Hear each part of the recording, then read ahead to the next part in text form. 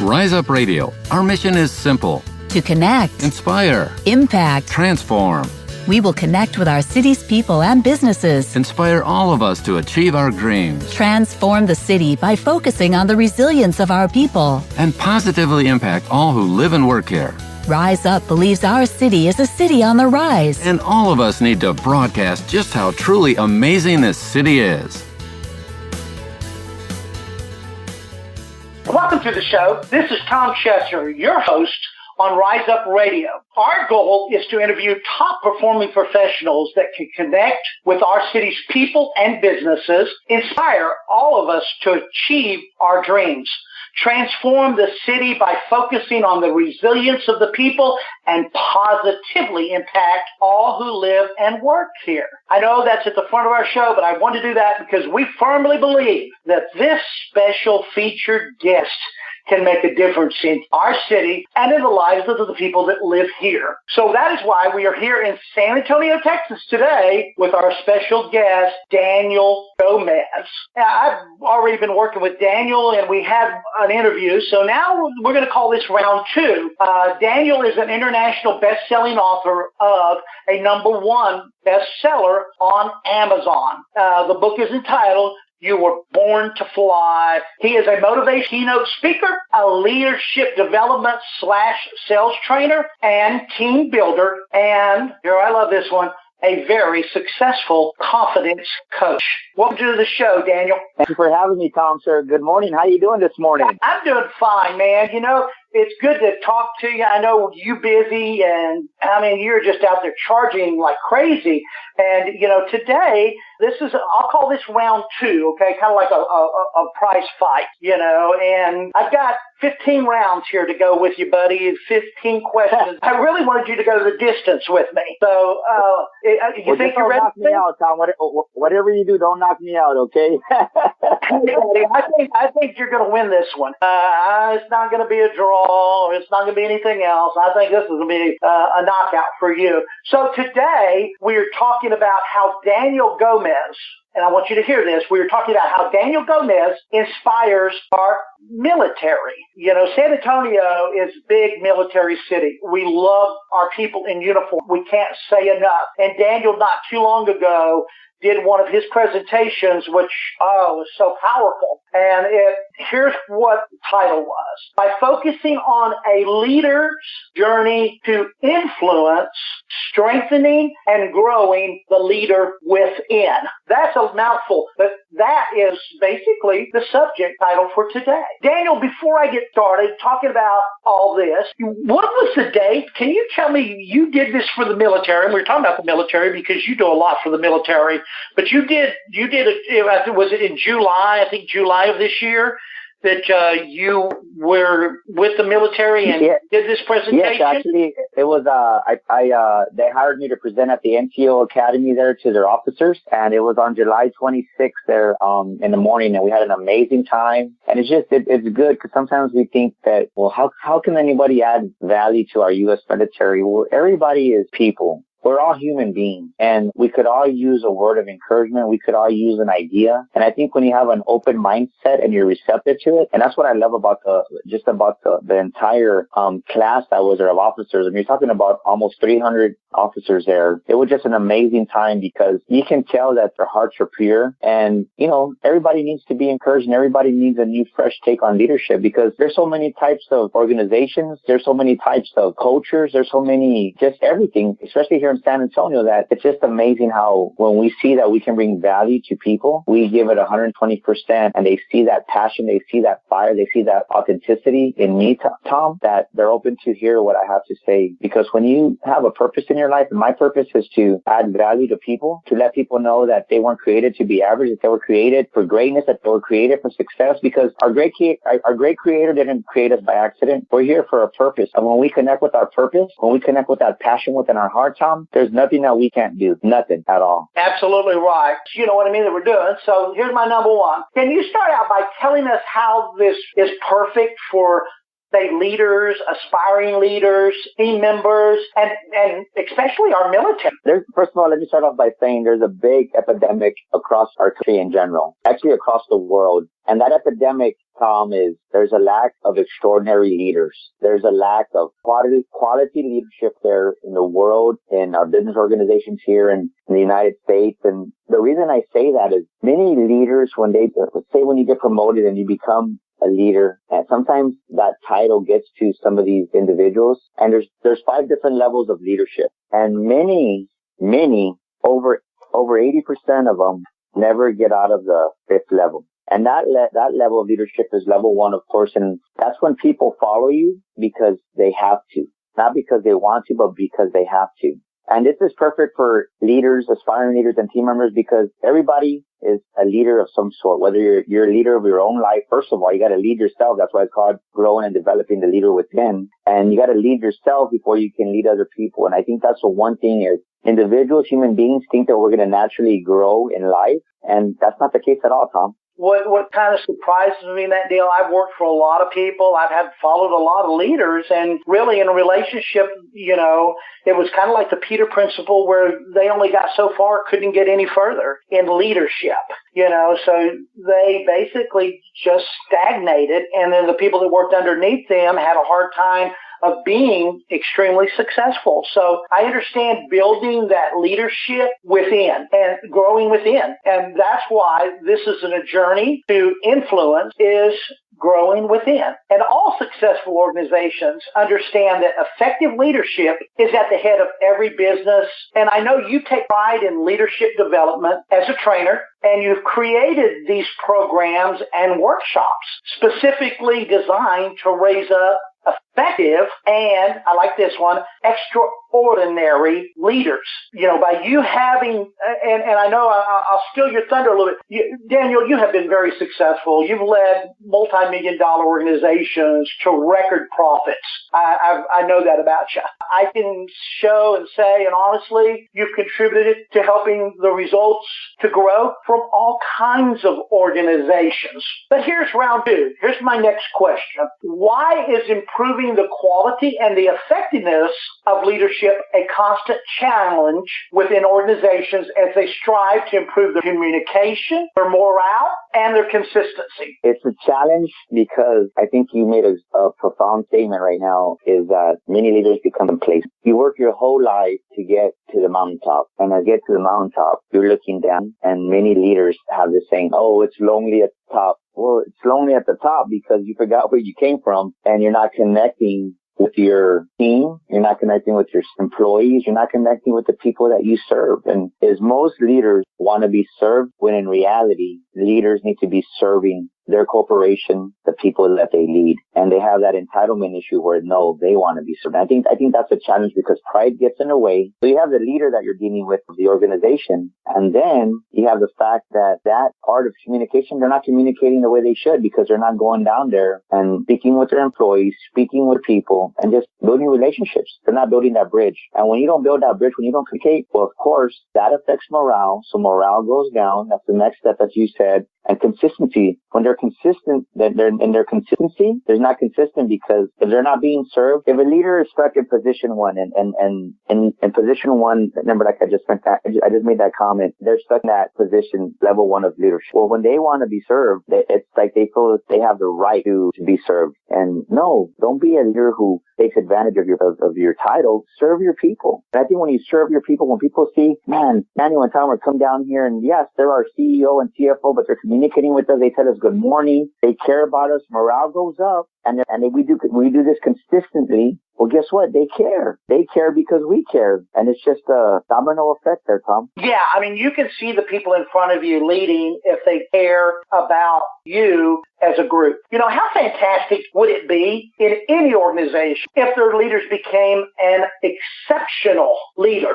Tell me, how would that work? Well, I think when you grow to the next level of leadership, and I think I have the exact answer that you need for that. When you go from level level 1 to level 2 of leadership, you work on your relationship. And I think that's where everything changes for a leader. I think that's the first step in going from a leader to an exceptional leader, because you work on building relationships with your team, with your staff, with the people that you serve. And this is the main key. This is the answer to this question you're asking me. People follow you not because they have to, Tom, but they follow you because they want to. And that gets me down to another question I needed to ask. And what is the difference between being a leader or being the boss? And why is this type of leadership important to an organization? You want a leader. You don't want a boss. What's the difference? It's simple. A boss will ignite the fire under you through fear, through intimidation, through manipulation. And a leader will ignite the fire within you. They'll bring out the very best in you to where you're going to take the bull by the horns and run with it on your own, even when no one's watching you. So the boss will light fire under you of fear, manipulation through those different tactics. And a leader will light the fire within you, within your heart, within your soul, within you. I actually agree with you. Nobody likes working for call it a bossy boss. But, when somebody calls you the boss, I don't know if that's really a compliment. I think if they call you the leader, that's the compliment, because we've all worked for those bosses that basically told us. I worked for a boss one time years ago that told me, hey, when they tell me to jump, I tell you to jump. You know what you do? You jump. Like I have nothing to help. Nobody's underneath me. I have to jump. And I think we've used consequences way too long to motivate people, and they don't work. People don't just work for the money, right? Do they work just for the money? No. They also work because of the appreciation. It's funny you say that, because that's the number one thing when I go speak on leadership. You hit the big old nail on the head with that golden hammer. Appreciation is the number one motivator out there I think in any organization, whether it's nonprofit, business, or even especially in your home. If you don't appreciate your wife, or you don't appreciate your husband, or you don't appreciate even our children, they're not going to respond the way we need them to respond. Fortunately, I was just talking to you about one of the general managers of one of the organizations that I do some leadership development and sales training and coaching at, and we were just talking about how we went to go have lunch at a steakhouse, and as soon as we walked in a steakhouse, and this is lunchtime, and you can tell, it was during the Thanksgiving just past year. And so the school was off for a week, so we went and had lunch. So there was some families in there having lunch. And sure enough, you had the mom and dad on one side, 2 kids on the other side, and everyone in the table was looking down. And it probably seemed like hours, but I probably was looking over there, stared at them probably for about 2 or 3 minutes. And I can imagine just the lack of communication that is there, because there's no communication between the parents and their children, because everyone's on their phone, unfortunately. Yeah, we've stopped communicating. We don't put the phone down when we go to a restaurant. We don't communicate today. What? Text message? What? Is that communication? No, email? It's definitely not. And this is, and by no means am I perfect, Tom, but this is one lesson I learned the hard way. And I thought my son was going to be here forever, and he just moved out. He's a freshman at Texas State University in San Marcos, Texas. And, I knew the day was going to come where he was going to move out and go to school, but I just didn't. One day he's here, and the next day I miss him, and I said, man, if I could have some of those days back, some of that time back, I would give anything for it, instead of being on my phone or being not the father, not the leader of the household that I should have been. And I take responsibility for that. And if I could change that, believe me, I would. I can't do that, but I can always learn from my mistakes. So let me tell you, I definitely make it a point not to text him while he's at Texas State University, but we actually FaceTime each other every single week just to stay in touch, just to ensure that, hey, Dad, what's going on? So you definitely, and it goes back to that old rule, no one influences your people, your children, more than you. So we need to take responsibility of that. Absolutely. You mentioned a rule there, and my next question was going to be, what are the 2 rules that you talk about of a great leader? Well, the 2 rules are this. It's not about you. It's not about you, the leader. It's not about you being served. It's not about you and your ego. And rule number 2, it's all about you. It's all about you giving everything you have to your team members, to your employees, to your organization. And you got to give, and you got to serve, and you got to communicate. You got to connect. One of the things when I became a young leader, some of the, old way of thinking was, oh, no, you can't go have lunch with your employees. Oh, no, you can't go and do this with your employees. And you have to have that line, that stern line. And, you do have to find that balance, that line of when not to cross it and when to cross it. But I think too many leaders use that as an excuse not to communicate and build those bridges at all with your employees. And that's where the error is, Tom. It's not about you, but it's all about you crossing that bridge and building those relationships, those connection points, and really finding out what really motivates every single one of your employees, family members, because the way we're created, our great designer, there's generally 4 different personalities that are out there, and you need to learn how to communicate with every single one. So above personalities, you have life experiences that play into the personality or how people react to situations. And if you don't know what's going on out there with your employees, with your organization, it's never going to be as effective and it's never going to be as productive as it can be. Staying in touch and staying on top.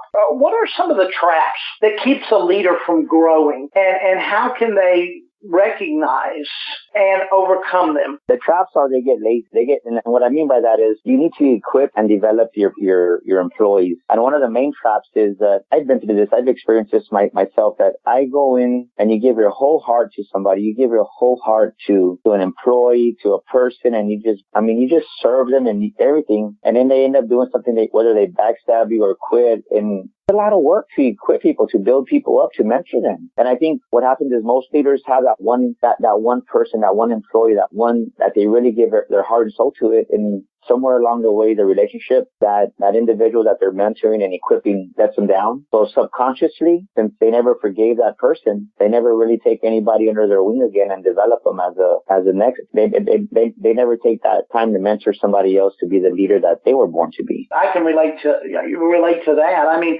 I've dealt with businesses before that they brought up somebody as an apprentice to the business, say a plumbing contractor, and the guy ended up learning everything they could, and that person poured everything in their business, and then they walk away, start their own company and they're now become the competition. But you can't look at it that way. You still have to do what you need to do to build people and make them successful. So, wow, that's powerful. And I think that's something you said just a minute ago. How does complacency in a leader kill an organization? The rise and fall of any organization is on leadership. So if the leader is complacent, the morale, the tempo, everything is going to be complacent. So if you're not getting the results, if you're not getting the sales that you want out of your sales department, out of your sales staff, if you're not getting the energy, the enthusiasm, they see that. Let me put it this way. We were at a training and we did an exercise and one of the VPs goes, I can't.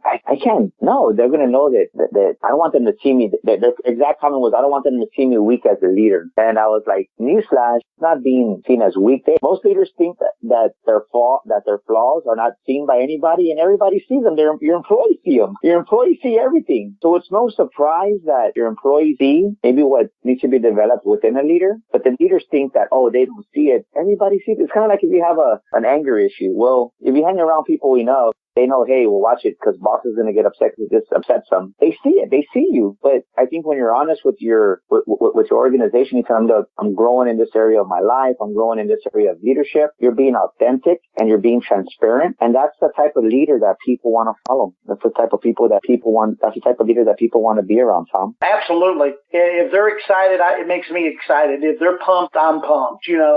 Keeping me going, is part of what their job's all about. And that's some of the best leaders I have ever worked for are exactly that type of leader. They wanted to promote me in order to make their goals be achievable, So I think that goes is the importance of always staying positive and instead of staying negative, don't you? Positivity is the way to go.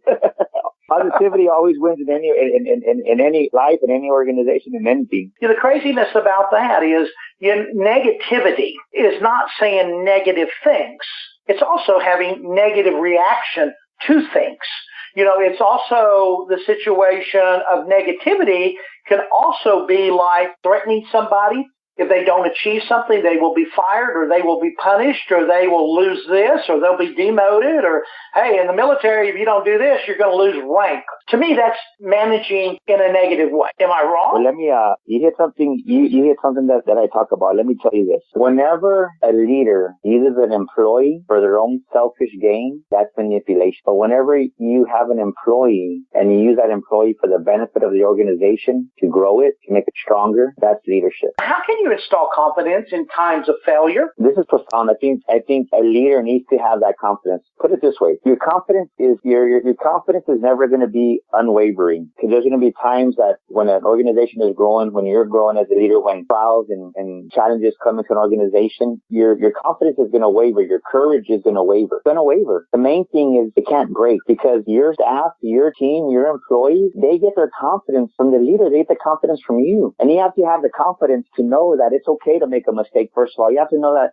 I think they're so scared to make a mistake or an error that they lose a vision for their organization. They lose a vision for their company. They lose a vision of what they want to do, because if they fail, they don't want to be criticized. And in leadership, you have to have the confidence to know that if we fail, we're going to get through it. We're going to be okay. And when your team, your employees see that, they feed off your confidence. Because if you don't use your mind of creativity, of imagination, the Bible says where there is no vision, the people perish. And a good example of that is Blockbuster and Toys R Us. Blockbuster was a multi-billion-dollar organization. When they had the opportunity to buy Netflix for around $50 million, they laughed and they said, why do we, Blockbuster, the multi-billion-dollar corporation, want to buy a little rinky-dink $50 million company called Netflix? Because they were offered the opportunity. But because of lack of vision, because of lack of proper leadership, who's still around, Tom? Netflix, my friend. They didn't see the opportunity and they paid for that. And I completely understand. You know, I think it's important to let people to know that if you fail at something, that doesn't make you a failure, you know. And like you say, and I've heard you say this before, you got to be a duck. And I laughed about that. A duck? Well, what does a duck do? How does that relate? How does a duck do? Yeah.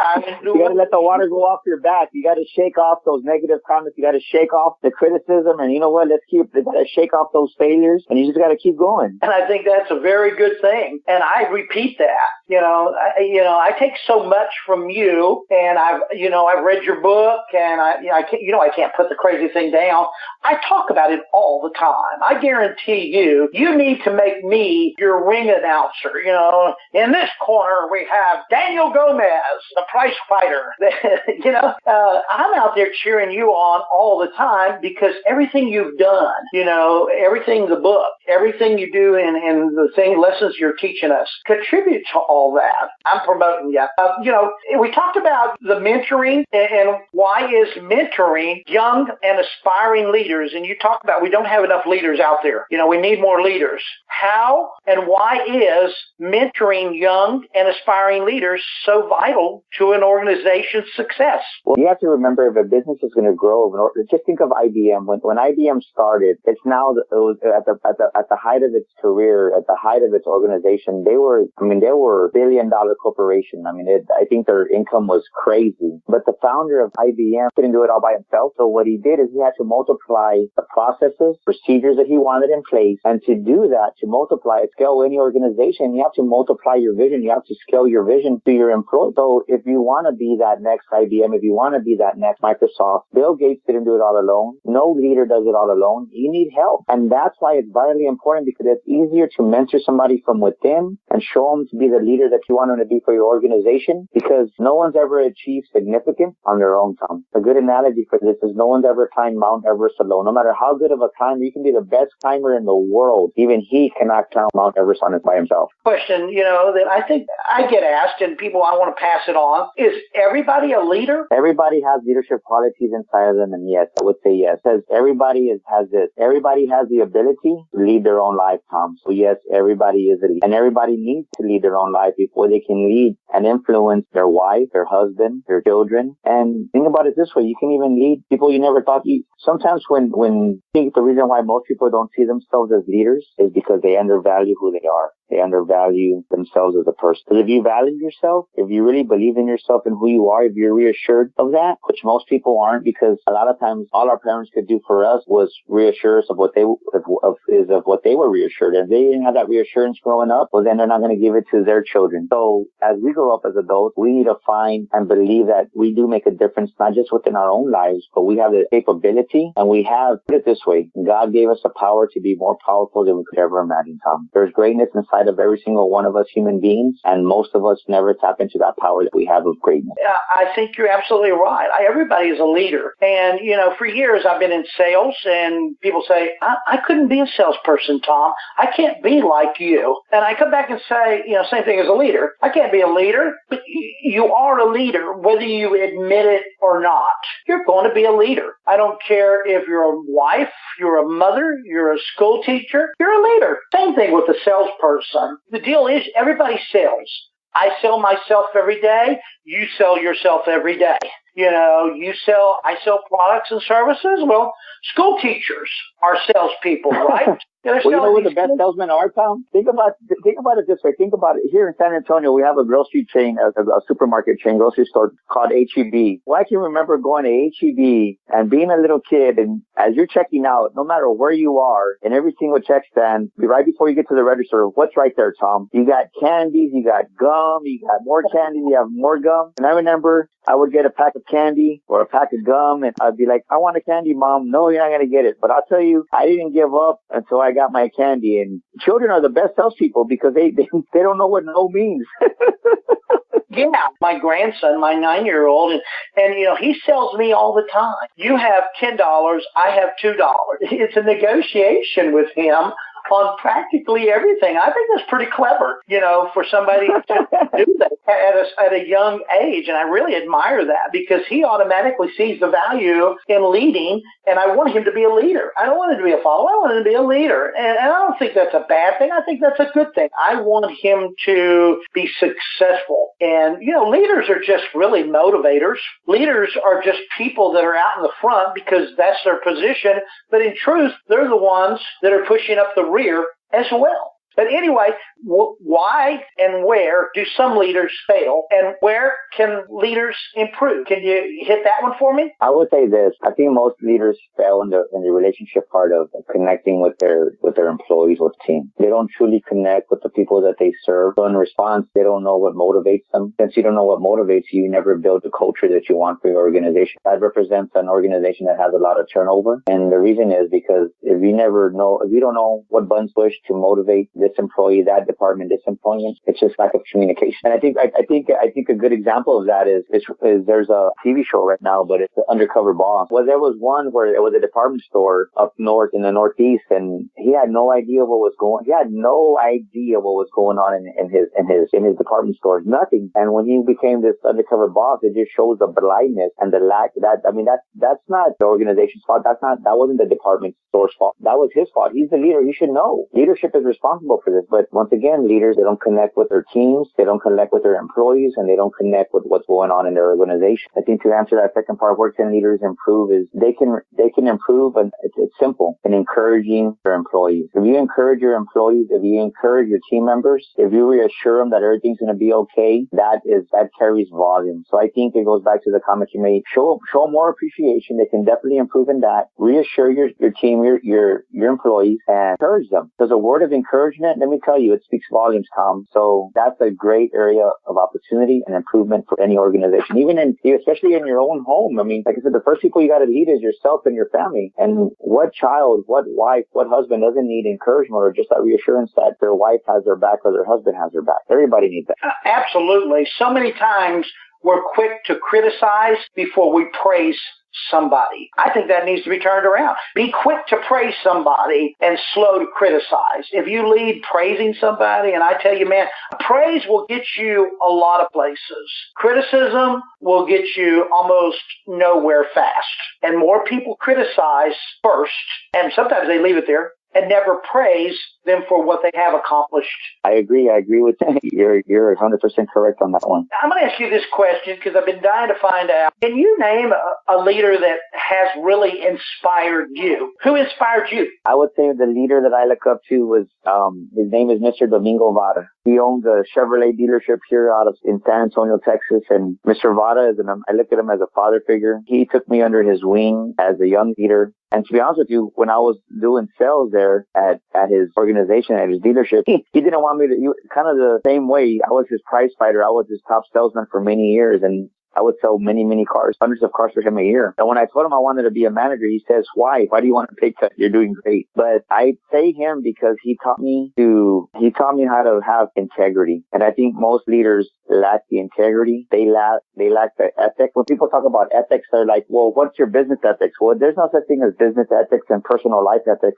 When you're an ethical person, when you have integrity, it doesn't matter what you do. You know the decisions you're making are the ones that you hold true to your heart. You're not going to lie, cheat, and steal, whether somebody's watching you or not, Tom. And that's something that Mr. Vada taught me, was to be a person of integrity. You have been very successful in what you're doing, and I take my hat off to you because, man, when I look at your resume or I look at the people that you have really inspired, I look at the military, where you're talking about the military. I mean, that's part of this deal today is, the military, and this is, I think, what you use to inspire them to be a leader.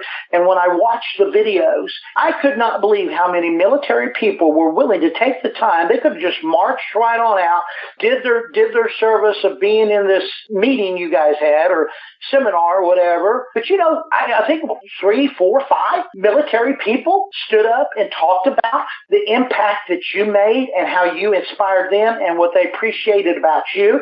People, you need to go watch some of these videos that are being done. And these people aren't being paid actors. These people aren't, being ordered to do this. They're talking from their heart because you inspired them. You passed on knowledge to them, and I think that would be kind of hard. But you not only do that for the military. Just the other day, you went to an elementary school. Yes. I saw those kids were standing up, shouting, clapping. Then some time ago, you went to a high school, Taft High School, and you talked to the senior class, and I think even the ROTC was there, and they did video about the impact that you had on their life. The other big one that I have to admire, I mean, you've been in front of motivational speaker for HEB. You've been in the automobile dealership doing training, I think almost every week or something like that for Ansira, one of the biggest dealerships here in San Antonio, and also Macomb.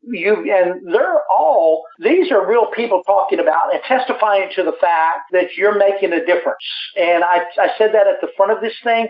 You are truly that kind of person that has been making this difference. And that's why I love talking to you about this. So, I'm going to go back, and this will be my closing statement or my closing question. I guess we can take it both ways, okay? And yes, sir. Let's sum all this up for me. What do you mean by you must first grow yourself before you can grow other leaders? And growth doesn't just happen. You must be intentional about it. Sum that up for me, my friend, because I think that's what we're talking about today, right? Yes. As a leader, you need to always be growing. And as an individual, you need to always be growing. And a good example is my daughter. I love her so much. Alicia, she's my baby girl. And when she graduated from college here from UTSA in San Antonio, I think in her mind, she was like, she took a breath of fresh air, and I did it. I'm done with school. And I could see that just because she had a degree, her mindset kind of shifted from being hungry and passing her tests or exams or finals. And I want to say after probably like about 4 or 5 months, I noticed that she was just kind of stagnant. And I was like, I want you to know that even though you graduated from UTSA, which I'm very, very proud of you of, your education doesn't stop there. And she's like, well, what do you mean that? I'm like, well, because you need to keep reading something, keep your mind developing, and especially whatever arena of profession, if you're going to go to, whether it's architect or interior design, you need to study more. You need to develop your skills, not just to be average. You need to be exceptional. You need to be extraordinary in architect, because that's what you're going to follow. And I think many leaders make the mistake of they stop growing, they stop reading, they stop doing the things that got them to where they were in that position. So let me end with this. When you're green, you grow. When you're ripe, you're ripe. And as a leader, as an individual, if you're not progressing, guess what? If you're not progressing, you're regressing, which means you're dying. And that's repeat that again. I haven't heard that one before from you. When you're green, you what? When you're green, you grow. When you're ripe, you rock. Absolutely. I can like that. That's what I'm going to have to use from you, my friend.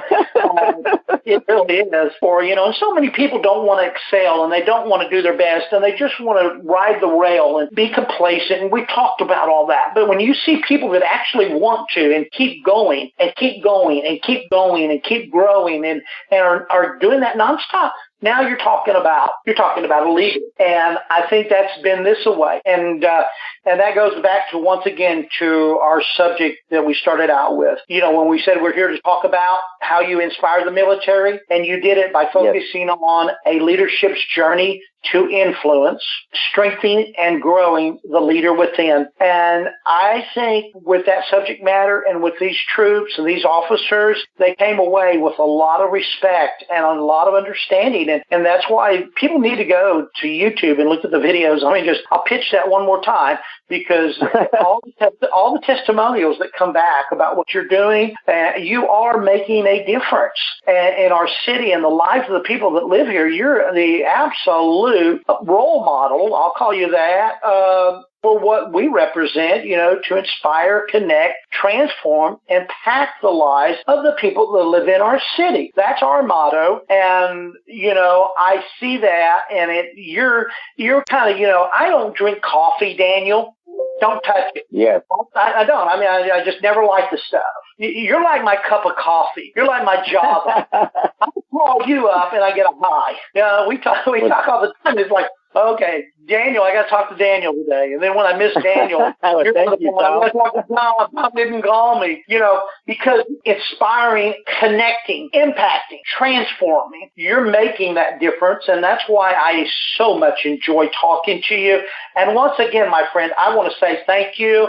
But I do want to give a plug here real quick about your book. You have the #1 bestseller, You Were Born to Fly. It's an absolute must-read. Amazon #1 bestseller. And, you have taught us how to fly.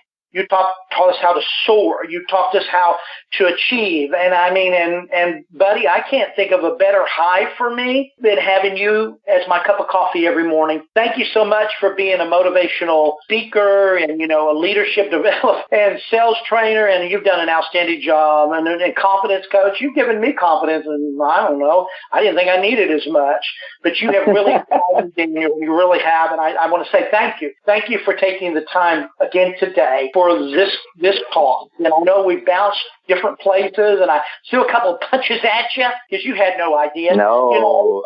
I hit you. I want to say, well, thank you, first of all, for having me on your show. It was a great pleasure of mine. I always enjoy talking to you, and if we can add value to people, that's amazing. If they want to see some of those videos, they can actually go to my website at danielgomezspeaker.com. That's danielgomezspeaker.com, or just Google on YouTube Daniel Gomez Inspires, and you'll see all my videos come up on Daniel Gomez Inspires. It's an easy little catchphrase, and all my stuff will come up. All my content will come up. So once again for having me, Tom. You're going to get a couple more calls from me, my friend, and that's going to be Daniel Gomez Inspires. This was about the military. Kind of hit you with that one. Daniel Gomez inspires our kids and our teachers. You're going to get that one. Daniel Gomez inspires automobile dealerships. You're going to get me from that one. Can you hang in there with me, buddy? As I show yes, sir. case how much, I admire what you're doing and see the success of it, and it's very inspiring. So hang in there with me. We're not done yet. This was round 2. We had round 1 talking about the book. This is round 2. Just wait for 3 and 4. We're going to be the Rocky Balboa. Let's do it. Of inspiration. Once again, I want to thank my audience for listening today. And truly, before we close out, Daniel, I want you to share one more time. I don't want to leave this out. How to get in touch with you. You talked about your website, but go back over that real fast so they don't miss it. And you might even want to repeat. Yes, www, of course, .danielgomezspeaker.com. That's Daniel Gomez Speaker, SPEAKER.com. And anyone listening to this show, as my gift to your audience, Tom, I'll give them a 30-minute complimentary confidence coaching session over the phone. That's a 30-minute complimentary coaching session, confidence coaching session with me. Just inbox me through my website and let us know that you heard this offer through Tom's show, DanielGomezSpeaker.com. I look forward to hearing from y'all in the business lives. Absolutely. And your phone number is? I'm sorry, 210-663-5954. That's area code 210-663-5954. And I'll tell you what, Daniel, I listened to this show the first time when we did it, so that's my first 30 minutes. This is my second time. My next 30, I got an hour already. So I'm trying to build this thing up for at least a week of time with you, okay? So let's do that. Thank you once again for being here, Daniel. I appreciate your time and all your energy, and I want to thank our audience for listening today. And I always close by saying, each and every one of us can make a difference in the people we live with or live around or work with. It just really depends on us what kind of difference we make. I basically encourage everybody to go out and make an impact, go out and inspire, go out and transform, get out there and connect. This is Tom Chesser from Rise Up Radio on Business Innovators Radio, and that's pretty much the end of the show. Have a great day. Thank you for listening, and remember, By working together, we can make a difference in our city.